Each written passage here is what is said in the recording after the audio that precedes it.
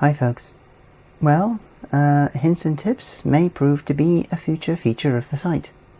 Haha, try saying that after you've had a few. Future feature. Now here I am on Linux Mint 17.3 and I wanted to keep an eye specifically on the CPU temperature. Now there are a number of desklets around, including some like these to keep an eye on your hard disk usage, but nothing for CPU temperature at the moment. So to get round this, what I did was I installed a package called lm-sensors.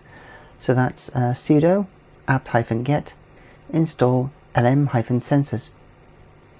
Now once that's in, you need to run a sensor checking program, which is that one, sudo sensors-detect, this one down here. Now that will go through and ask which sensors you want to check for. It's a series of questions, and if you're doubtful about anything, there are defaults to help you out. Once you've done that, it will probably advise you to restart the kmod service. So that's again sudo service kmod start. After that, you can then run the sensors command on its own. That will give you a single readout of what the sensors are saying. But one of the tricks here is you can use the watch command. So we're going to use watch -n 1 -d sensors. And what that's going to do is this. It will give us a very handy readout of what's going on. And you can notice that as information changes, it also highlights what's changed for us. So at the moment we can see what's going on. I'm just going to zoom in on this section here, which will give us the fan speed of 1, fan 2, system temperature and CPU temperature. Just try and get the camera settled.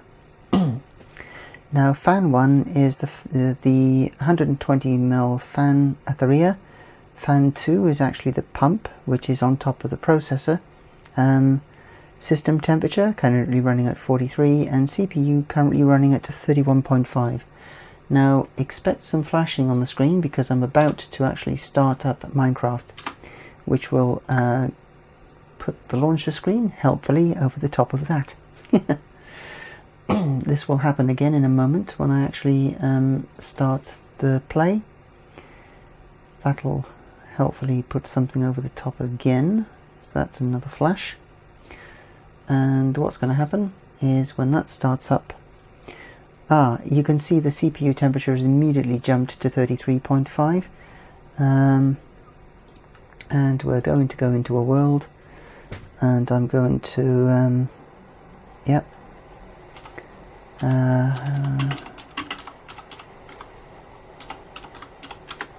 I'm going to run to a particular location, and this is going to hopefully put a load on 34.5, 43, and in fact the game has just crashed. That's very helpful of it, isn't it? Oh boy, there we go. But there you go, there's an easy way to keep a watch on what your fan speeds and CPU temperatures are doing without the need for a GUI readout. And I need to find out what the heck's gone wrong with Minecraft now.